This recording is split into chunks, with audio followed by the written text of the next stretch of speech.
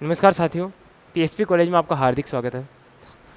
आज हम पढ़ेंगे मानव भूगोल, जो कि भूगोल की एक शाखा है। भूगोल को सामान्य तौर पर दो भागों में बांटा गया है, मोटे तौर पर, जिसमें से एक है भौतिक भूगोल और दूसरी है मानव भूगोल। तो उनमें से दूसरी शाखा है मानव भूगोल। तो मानव भूगोल के बारे में आज हम पढ़ेंगे, जिसमें हमने जो देखा था सामान्य परिचय के अंदर, जिसमें कि भूगोल का जनक कौन है और भूगोल का जनक क्यों कहा जाता है, वो सारी चीज़ें हमने पिछली क्लास में देखी थी। आज हम शुरुआत करते हैं मानव भूगोल के बारे में, जिसमें मानव भूगोल का सामान्य जानकारी, मानव भूगोल की सामान्य जानकारी देखेंगे हम, जिसमें मानव भूगोल की परिभाषा, क्षेत्र, उपक्षेत्र और मानव भूगोल की शाखाएं, इनके बारे में आज हम अध्ययन करते हैं। आइए देखते हैं मानव भूगोल की परिभाषा, क्षेत्र, उपक्षेत्र, जिसमें बताया गया है पहले मानव भूगोल का जनक। मानव भूगोल का जनक किसे कहते हैं? तो इसमें बताया गया है कि मानव भूगोल का जनक फ्रेडरिक रेडजेल को कहा जाता है। किसको कहा जाता है? फ्रेडरिक रेडजेल को कहा जाता है, जो कि कहाँ के रहने वाले थे? जर्मनी के रहने वाले थे। मानव भूगोल का जनक फ्रेडरिक रेडजेल को कहा जाता है, और जो कि कहाँ के रहने वाले हैं? जर्मनी के रहने वाले थे। अब उसके बाद में आता है कि आधुनिक मानव भूगोल का जनक, आधुनिक मतलब वर्तमान में, आधुनिक मानव भूगोल का जनक किसे कहा जाता है? तो आधुनिक मानव भूगोल का जनक फ्रेडरिक रेडजेल को कहा जाता है। मानव भूगोल का जनक भी फ्रेडरिक रेडजेल ही है और आधुनिक मानव भूगोल का जनक भी फ्रेडरिक रेडजेल ही है। लेकिन भूगोल की बात की जाए, सामान्य भूगोल की बात, तो भूगोल का जनक हिकेटिस को कहा गया है, लेकिन आधुनिक भूगोल का जनक हिकेटिस को नहीं कहा गया है। आधुनिक भूगोल का जनक कोई और है, जिसमें कौन कौन था? आधुनिक भूगोल का जनक अलेक्जेंडर वन हम्बोल्ट व कार्ल रिटर को माना गया है। ऐसे ही व्यवस्थित व क्रमबद्ध भूगोल का जनक इरेटोस्थनीज को कहा गया है। लेकिन मानव भूगोल में दोनों एक ही है। मानव भूगोल का जनक रेडजेल है और आधुनिक मानव भूगोल का जनक भी रेडजेल ही है, जिसका पूरा नाम है फ्रेडरिक रेडजेल, और कहाँ का रहने वाला था? जर्मनी का रहने वाला था। अब देखते हैं मानव भूगोल की परिभाषा। एक सामान्य परिभाषा देख लेते हैं कि मानव भूगोल में किसका अध्ययन किया जाता है, मानव भूगोल क्या है। तो मानव भूगोल की परिभाषा के अंदर बताया गया है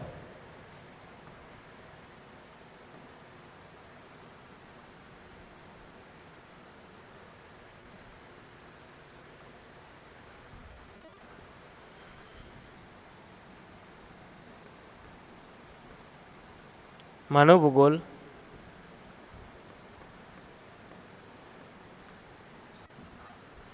अध्ययन की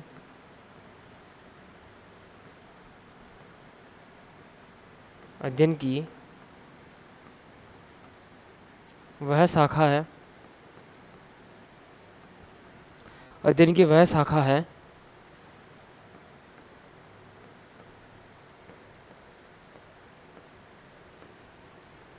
जिसमें मानव भूगोल अध्ययन की वह शाखा है जिसमें मानव व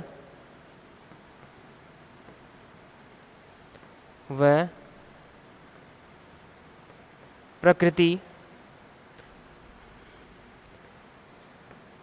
के बीच होने वाले क्रियाकलापों का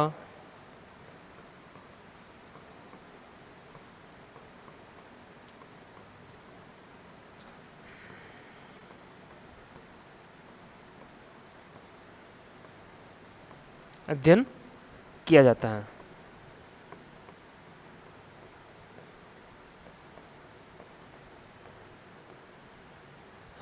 क्या बताया गया है कि मानव भूगोल अध्ययन की वह शाखा है जिसमें मानव व प्रकृति के बीच होने वाले क्रियाकलापों का अध्ययन किया जाता है।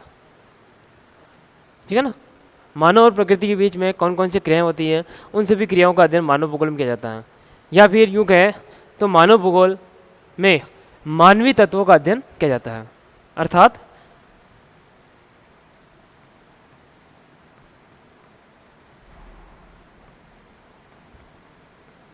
मानव भूगोल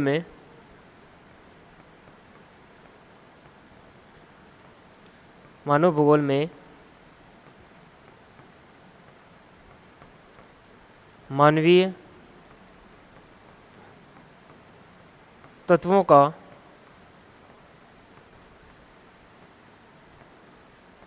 अध्ययन किया जाता है।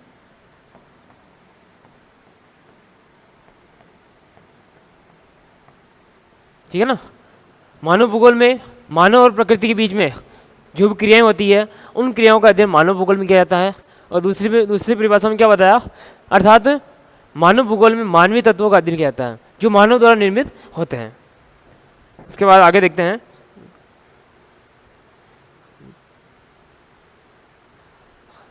विद्वानों के अनुसार मानव भूगोल की परिभाषा देखते हैं कि विद्वानों ने किस प्रकार से मानव भूगोल को परिभाषित करने का प्रयास किया और किस प्रकार से उन्होंने मानव भूगोल की परिभाषा दी है। तो उसको देखते हैं कि विद्वानों के अनुसार मानव भूगोल की परिभाषा है, जिसमें पहला नाम आता है फ्रेडरिक रेटजेल। किसका नाम है? फ्रेडरिक रेटजेल का, जिसे क्या कहा गया है? मानव भूगोल का जनक कहा गया है। मानव भूगोल का जनक और आधुनिक मानव भूगोल का जनक भी कहा जाता है। तो इन्होंने क्या परिभाषा दी है, तो उसको देखते हैं। इन्होंने कहा है कि मानव भूगोल में मानव समाजों, मतलब मानव समाज व धरातल के बीच संबंधों का संश्लेषित अध्ययन है। क्या कहा गया इन्होंने? क्या कहा इन्होंने? मानव भूगोल में मानव समाजों व धरातल के बीच संबंधों का संश्लेषित अध्ययन किया जाता है। इन्होंने मतलब रेटजेल ने यह परिभाषा किसमें दी थी? अपनी पुस्तक एंथ्रोपोज्योग्राफी में दी थी। ये एंथ्रोपोज्योग्राफी पुस्तक रेटजेल द्वारा लिखी गई पुस्तक है और इसी पुस्तक के अंतर्गत रेटजेल ने अपनी यह मानव भूगोल की परिभाषा दी थी। उसके बाद नंबर 2 पर आता है एलन चर्चिल सैंपल, जिसे कुमारी सैंपल भी कहा जाता है और कहीं कहीं पर कुमारी सैंपल भी आता है। सैंपल की जगह सैंपल भी लिखा हुआ आता है। इन्होंने क्या कहा था? अस्थिर पृथ्वी, अस्थिर मतलब पृथ्वी स्थिर नहीं है। अस्थिर पृथ्वी वह क्रियाशील ऑब्लिक चंचल मानव, कि मानव भी क्या है? क्रियाशील है, कार्य करता हुआ रहता है, गतिशील है, मतलब स्थिर एक जगह स्थिर नहीं है। क्रियाशील या चंचल मानव के बीच परिवर्तनशील संबंधों का अध्ययन किया जाता है। जो भी परिवर्तन होता है उसका अध्ययन मानव भूगोल के अंतर्गत किया जाता है। और ये किसने कहा था? एलन चर्चिल सैंपल ने कहा था। एलन चर्चिल सैंपल जो है वो अमेरिका की रहने वाली थी और वो रेटजेल की शिष्या थी। ठीक है। उसके बाद में सैंपल ने जो ये मानव भूगोल की परिभाषा दी थी वो किस पुस्तक में दी थी? तो उन्होंने बताया है कि सैंपल ने अपनी यह परिभाषा अपनी पुस्तक भौगोलिक वातावरण के प्रभाव में दी थी। किसमें दी थी? भौगोलिक वातावरण के प्रभाव में दी थी। भौगोलिक वातावरण के प्रभाव, उन्होंने एक पुस्तक लिखी थी कुमारी सैंपल ने, और उसी पुस्तक के अंतर्गत इन्होंने मानव भूगोल की परिभाषा भी दी थी, जिसमें गत्यात्मक संबंधों पर अधिक जोर दिया गया। गत्यात्मक मतलब परिवर्तनशील है, गतिशील है, गति करते हैं, ऐसा नहीं है कि वो एक जगह स्थिर है। इसलिए इसमें बताया गया है कि अस्थिर पृथ्वी, कि पृथ्वी भी स्थिर नहीं है, गतिशील है, परिवर्तनशील है, और क्रियाशील मानव भी गतिशील है या क्रियाशील है, एक जगह पर स्थिर नहीं है। उसके बाद जो अगला जो विद्वान था उसका नाम है पॉल विडाल लीला ब्लास। पॉल विडाल लीला ब्लास ने भी मानव भूगोल की परिभाषा दी है, जिसमें इन्होंने कहा है कि हमारी पृथ्वी को नियंत्रित करने वाले कारक, जो हमारी पृथ्वी को नियंत्रित करते हैं वो कारक, तो हमारी पृथ्वी को नियंत्रित करने वाले भौतिक नियमों एवं इस पर रहने वाले जीवों, भौतिक नियम जो प्रकृति द्वारा निर्मित होते हैं या निर्धारित होते हैं वाले नियम, और इस पर रहने वाले जीवों के मध्य अधिक संश्लेषित संबंधों का अध्ययन की संकल्पना है, के मध्य अधिक संश्लेषित संबंधों का अध्ययन किया जाता है, जिसे मानव भूगोल के रूप में जाना जाता है। ये किसने कहा था? पॉल विडालिला ब्लास ने। उसके बाद ब्लास ने यह परिभाषा किसमें दी थी? तो ब्लास ने यह परिभाषा अपनी पुस्तक मानव भूगोल के सिद्धांत में दी थी। किसमें दी थी? मानव भूगोल के सिद्धांत में दी थी। इन तीनों परिभाषाओं में से ये दोनों ही परिभाषा महत्वपूर्ण है। इन दोनों के बारे में अधिकतर प्रश्न पूछा गया है कंपटीशन में भी, एक तो रेडजेल के अनुसार और दूसरा एलन चर्चिल सैंपल के अनुसार, जिसे माना कि दे दिया है कि मानव भूगोल में मानव समाजों और धरातल के बीच संबंधों का संश्लेषित अध्ययन है। उपयुक्त परिभाषा दी थी या उपयुक्त परिभाषा किसकी है? जिसमें ऑप्शन आ जाता है रेडजेल, कुमारी सैंपल, पॉल विडालिला ब्लास और स्ट्रेबो, ऐसे कोई 4 ऑप्शन दे दिए जाते हैं। तो उनमें से सही आंसर आएगा आपका फ्रेडरिक रेडजेल। उसी प्रकार से इसका भी बनता है कि अस्थिर पृथ्वी और क्रियाशील मानव के बीच परिवर्तनशील संबंधों का अध्ययन ही मानव भूगोल है। यह कथन किसका है या फिर यह परिभाषा किसने दी थी? तो उसमें भी 4 ऑप्शन आते हैं, उनमें से सही किसको करना है? एलन चर्चिल सैंपल को सही करना है। ठीक है। या फिर इनमें से इस प्रकार से प्रश्न आ सकता है कि मानव भूगोल की परिभाषाओं में निम्न में से किस विद्वान ने या निम्न में से किसने गत्यात्मक संबंधों पर अधिक जोर दिया गया है? तो उसमें से आपका सही आंसर आएगा एलन चर्चिल सैंपल ने, जो कि इसमें बताया गया है यह गत्यात्मक संबंधों पर अधिक जोर दिया गया था। उसके बाद में एक विद्वान और था जिसका नाम है डिकेन व पीट्स के अनुसार। कौन था? डिकेन व पीट्स के अनुसार। इन्होंने बहुत साधारण सिंपल तरीके से परिभाषित करने का प्रयास किया है। इन्होंने परिभाषा दी है कि मानव भूगोल में मानव व उनके कार्यों को समाविष्ट किया जाता है, मतलब मानव व उसके कार्यों को मानव भूगोल में शामिल किया जाता है। यह परिभाषा दी थी डिकेन व पीट्स ने। ठीक है। अब हम देखते हैं मानव भूगोल के क्षेत्र व उपक्षेत्र। मानव भूगोल क्षेत्र कौन कौन से हैं और उपक्षेत्र कौन कौन से हैं? देखिए, इसमें दिया गया है कि मानव भूगोल में क्षेत्र व उपक्षेत्र का निर्धारण निम्नानुसार है। नीचे बताया गया है जिसमें मानव भूगोल के क्षेत्र, इधर तो बता रखे हैं मानव भूगोल के क्षेत्र जो कि मुख्य क्षेत्र हैं, और इधर बता रखे हैं उपक्षेत्र, मतलब जैसे कि इसमें बता रखा पहला है सामाजिक भूगोल। तो सामाजिक भूगोल में किन किन तत्वों का अध्ययन किया जाता है या सामाजिक भूगोल के अंदर इनके कौन कौन से उपक्षेत्र शामिल है, वो इधर उपक्षेत्र के अंतर्गत बता रखे हैं। तो पहला दे रखा है सामाजिक भूगोल। पहला क्षेत्र क्या है? मानव भूगोल का पहला क्षेत्र है सामाजिक भूगोल। सामाजिक भूगोल में कौन कौन से भाग शामिल है? जिसमें पहला है व्यवहारिक भूगोल, नंबर 2 सामाजिक कल्याण का भूगोल, नंबर 3 ऐतिहासिक भूगोल और नंबर 4 चिकित्सा भूगोल। ठीक है ना। उसके बाद में दूसरा है नगरीय भूगोल। नगरीय भूगोल के अंदर इसका कोई उपक्षेत्र नहीं है। इसमें केवल नगरों के बारे में अध्ययन किया जाता है, नगरों की बनावट और नगरों की स्थिति और विकास को प्रभावित करने वाले कारक और नगरों के प्रकार हो गया, कार्यों के आधार पर वर्गीकरण है, जनसंख्या के आधार पर वर्गीकरण हो गया है। इस प्रकार से इनके बारे में अध्ययन किया जाता है। उसके बाद में तीसरा है राजनीतिक भूगोल। मानव भूगोल के क्षेत्र में राजनीतिक भूगोल भी एक क्षेत्र आता है, मुख्य क्षेत्र। इसमें निर्वाचन भूगोल और सैन्य भूगोल का अध्ययन किया जाता है। निर्वाचन भूगोल और सैन्य भूगोल का अध्ययन राजनीतिक भूगोल के अंतर्गत किया जाता है। उसके बाद आता है नंबर 4 आवास भूगोल। आवास भूगोल में इसमें भी कोई उपक्षेत्र शामिल नहीं है। आवास मतलब मानव का बसाव क्षेत्र, बस्तियाँ, उनके बारे में अध्ययन इसमें किया जाता है। उसके बाद आता है आर्थिक भूगोल।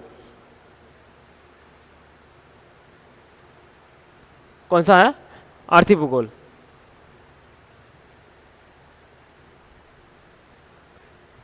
पांचवा मानव भूगोल का जो क्षेत्र है वो है आर्थिक भूगोल। आर्थिक भूगोल के बहुत सारे उपक्षेत्र हैं। आर्थिक भूगोल में संसाधन भूगोल को भी शामिल किया गया है, कृषि भूगोल को भी शामिल किया गया है, अंतर्राष्ट्रीय व्यापार भूगोल को भी शामिल किया गया है, विपणन भूगोल को भी शामिल किया गया है, औद्योगिक भूगोल, पर्यटन भूगोल, इन सभी को आर्थिक भूगोल के अंतर्गत शामिल किया गया है। संसाधन भूगोल, संसाधनों के बारे में अध्ययन किया जाता है। कृषि भूगोल, कृषि संबंधी क्रियाओं का अध्ययन किया जाता है, जैसे फसलें वगैरह हो गई है, कृषि प्रदेश हो गए हैं। अंतर्राष्ट्रीय व्यापार, जो राष्ट्रीय और अंतर्राष्ट्रीय व्यापार होते हैं उनके बारे में अध्ययन किया जाता है। विपणन, व्यापार संबंधित है, लेन देन। और औद्योगिक भूगोल, जिसमें विभिन्न उद्योगों के बारे में अध्ययन किया जाता है, छोटे बड़े आकार के आधार पर है, स्वामित्व के आधार पर है, सारे विभिन्न प्रकार के जो उद्योग है और उद्योगों की स्थिति को प्रभावित करने वाले कारक है, इन सभी का अध्ययन इसके अंतर्गत किया जाता है। उसके बाद पर्यटन भूगोल, जो दर्शनीय स्थल है उन सभी के बारे में अध्ययन इसमें किया जाता है। और लास्ट आता है नंबर 6, जनसंख्या का भूगोल। जनसंख्या भूगोल में केवल जनसंख्या के बारे में अध्ययन किया जाता है, जो कि मुख्य रूप से बता रखा है जनांकीकी का अध्ययन। और जनांकीकी से संबंधित एक सिद्धांत भी है जिसका नाम है जनांकीकी संक्रमण सिद्धांत, जिसके बारे में हम आगे पढ़ेंगे। जनांकीकी संक्रमण सिद्धांत जो कि थॉमसन व नोटेस्टी ने दिया था, है ना। और उसके बाद में सीपी ब्लेकर ने जनांकीकी संक्रमण सिद्धांत की 5 अवस्थाएं बताई गई है, और 5 अवस्थाओं में से जो कार्लिन क्लार्क था उन्होंने उन्हें 5वीं अवस्था को ऋणात्मक विकास की अवस्था या ऋणात्मक जनसंख्या अवस्था का नाम भी दिया गया है। इसके बारे में हम आगे देखेंगे। उसके बाद में देखते हैं हम मानव भूगोल की शाखाएं, कि मानव भूगोल को कितनी शाखाओं में बांटा जा सकता है। तो मानव भूगोल की शाखाओं के बारे में बात कर लेते हैं। इसमें इधर बताया गया है, यूँ कहते हो कि मानव भूगोल को सामान्य तौर पर 14 शाखाओं में बांटा जा सकता है। 14 शाखाओं में बांटा गया है, जिसमें पहली है जनसंख्या भूगोल। इनके जो नाम है वो ऐसे सिंपल साधारण है कि उसके नाम से पता चलता है कि उस शाखा के अंदर किसके बारे में अध्ययन किया जाता है। नंबर 2 सांस्कृतिक भूगोल, नंबर 3 कृषि भूगोल, कृषि के बारे में, और नंबर 4 परिवहन भूगोल, नंबर 5 प्रादेशिक भूगोल, नंबर 6 अधिवास भूगोल, नंबर 7 नगरीय भूगोल, नंबर 8 ग्रामीण भूगोल, और नंबर 9 प्रजाति भूगोल, नंबर 10 औद्योगिक भूगोल, उद्योगों के बारे में, और 11 आर्थिक भूगोल, 12 भाषा भूगोल, 13 चिकित्सा भूगोल, और 14 सैन्य भूगोल। ये सारी शाखाएं मानव भूगोल की शाखाएं हैं। ठीक है, आज के लिए इतना ही काफ़ी है। आगे हम मानव पर्यावरण संबंधों की अवधारणाएं देखेंगे, अवधारणाओं के बारे में देखेंगे, जिसमें निश्चयवाद, संभववाद, नव निश्चयवाद आएंगे। ठीक है ना, आज के लिए इतना ही काफ़ी है।